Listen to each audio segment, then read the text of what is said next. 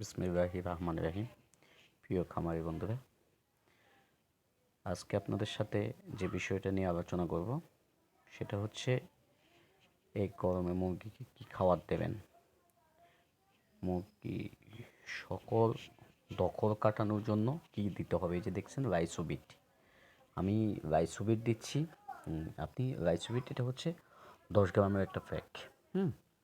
এই রাইসোবিটটা দেবেন আপনার প্রতি গ্রামে, এই প্রতি 1 লিটার পানিতে 1 গ্রাম। আমার এখানে 5 লিটার পানি, হ্যাঁ, সরি 10 লিটার পানি।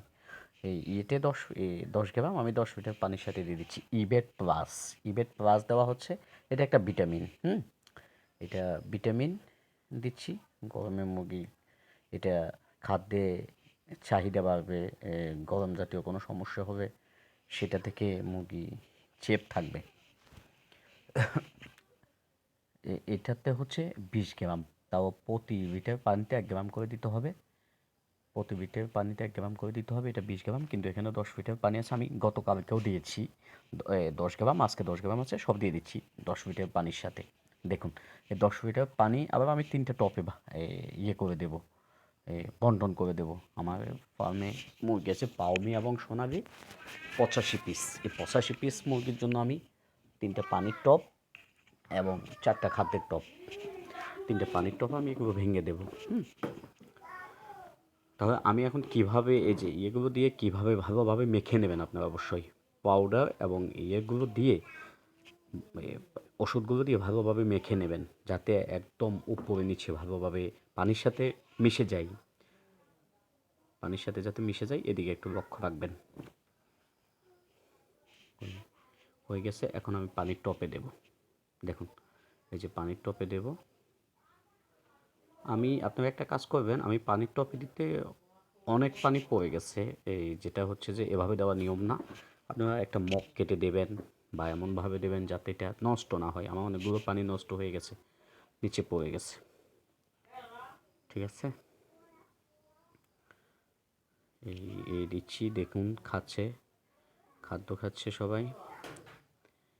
এই যে মুরগিগুলো, আমার এখানে জায়গাটা ছোট হয়ে গেছে, আমি নতুনভাবে জায়গার ব্যবস্থা করতেছি। আমিও নতুন খামারি, অবশ্যই আমার এই ভিডিওটা নতুন খামারিদের জন্য।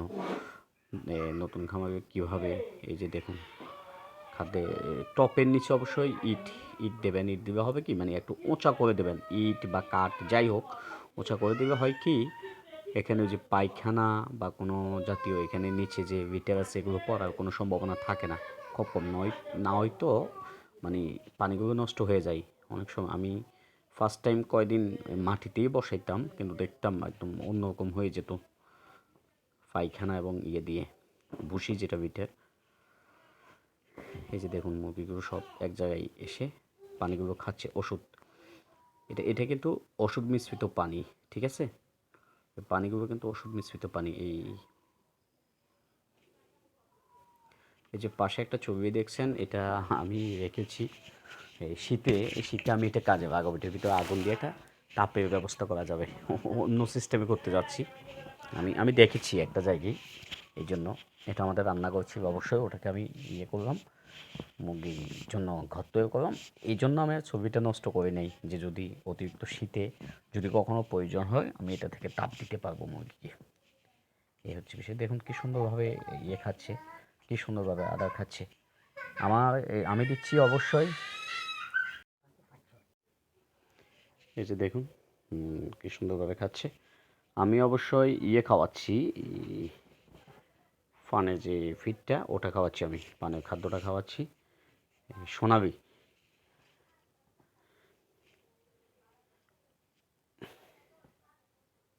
আমার এই সোনালি মুরগিগুলোর বয়স হচ্ছে 2 মাস 3 দিন, এখন বর্তমানে 2 মাস 3 দিন। এখানে কিছু পাওমি আছে, ওগুলো হচ্ছে 3.5 মাস। ঠিক আছে, আর আপনাদের যদি কোনো পরামর্শ থাকে, আমি কিন্তু নতুন, একদম নতুন। আপনাদের যদি কোনো এই ভিডিও দেখার পরে যদি কোনো পরামর্শ থাকে তাহলে দেবেন। যদি কোনো ভুল ত্রুটি হয়ে থাকে তাহলে কমেন্ট করে জানাবেন। আপনাদের কাছ থেকে আমারও শেখা হবে। মূলত ভিডিওটা আপনাদের সাথে শেয়ার করা মানে আমি শেখার জন্য, এ হচ্ছে বিষয়। আর পাওমি মুরগির জন্য যে একটা সিস্টেম দেখলাম, এরা মাটিতে খুব কমই থাকে। সবে যে উপরে যে এগুলো দেখেন, এগুলোতে রাতে প্রত্যেকটা মুরগি দেখি এসব ইয়েতে উঠে বসে থাকে। আমি কতগুলো বাঁশ বেঁধে দিছি দেখেন, ওখানে উঠে বসে থাকে রাতে সবাই। কেউ নিচে, একটা মুরগিও নিচে থাকে না। ফার্মিদের মধ্যে এই জিনিসটা দেখলাম, ওরা নিচে খুব কমই থাকে। আর পানি